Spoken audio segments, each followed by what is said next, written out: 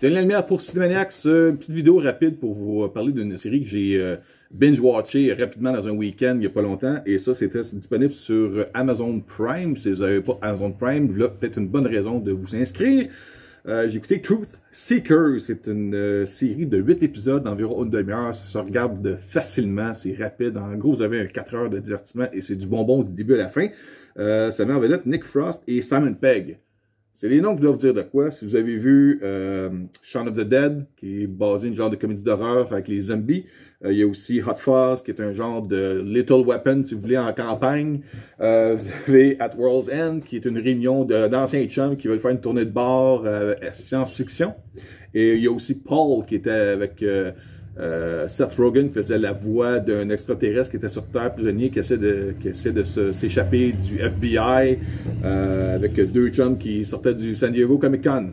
Alors, Simon Pegg là-dedans et Nick Frost. C'est plutôt Nick Frost là-dedans qui prend la tête du rôle principal de la série. En gros, c'est des... Nick Frost est un installateur-réparateur d'un réseau Wi-Fi à travers un secteur en Grande-Bretagne. Il se retrouve aussi à temps partiel, un YouTuber enquêteur du paranormal à temps partiel. C'est assez spécial parce que, comment je peux vous dire ça? C'est un peu un genre, si vous aimez Ghostbusters, si vous aimez The Kingsman aussi pour le côté action, gore, CGI, je vous dirais qu'il y a des bonnes passes comiques. Il y a du côté épeurant. Il n'y a pas vraiment de gore là-dedans. C'est plus un côté suspense un peu. Il y a aussi Malcolm McDowell là-dedans qui fait le beau-père de Nick Frost. Il y a d'autres acteurs aussi qui sont un peu moins connus en Amérique du Nord, mais qui font un très bon travail là-dedans. Pourquoi je vous parle de ça? J'ai trouvé que c'était nouveau. C'est pas une remake, c'est pas une franchise connue, c'est pas Marvel, c'est pas... c'est rien d'autre. C'est de quoi de nouveau, frais, ça fait du bien, c'est le fun à regarder. Ça se prend pas vraiment trop... c'est pas au niveau là, du sérieux, horreur, dramatique. On n'est pas dans American Horror Story, on n'est pas dans les Stranger Things. C'est vraiment... c'est l'univers de Simon Pegg et Nick Frost. Alors, si vous avez aimé ces films-là, je vous conseille fortement la série Truth Seekers. Si vous êtes vous-même peut-être trippé un peu du paranormal, je pense que vous allez trouver un peu votre nanane là-dedans.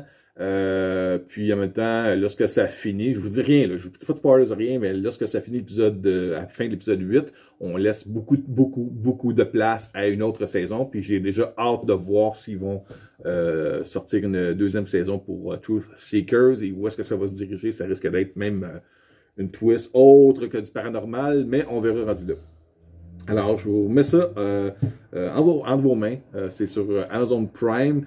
Truth Seekers, c'est ça. Habituellement, je fais des vidéos qui vont présenter un peu une série ou un film sur toutes les chaînes en streaming que j'ai chez moi. Comme habituellement, je vous parle de Disney+, je vous parle de... qu'est-ce qu'il y a aussi sur YouTube, sur Netflix. Mais présentement, je suis en train de regarder un paquet d'autres affaires que je vais faire un compte-rendu dans une prochaine vidéo.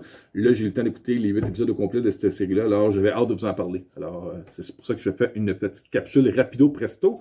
Puis en même temps, ben, c'est pour nourrir la chaîne. Hein. Si je ne fais pas de contenu, vous allez partir. Ben, c'est ça. Alors, grosse recommandation de ma part. Puis vous me direz dans les commentaires si vous l'avez regardé ou si vous allez la regarder. Et qu'est-ce que vous avez trouvé de bon, peut-être des choses à améliorer ou ce que vous espérez voir dans la saison 2. Là-dessus, je vous dis merci beaucoup. Denis Lalemière pour Cinémaniacs. À la prochaine.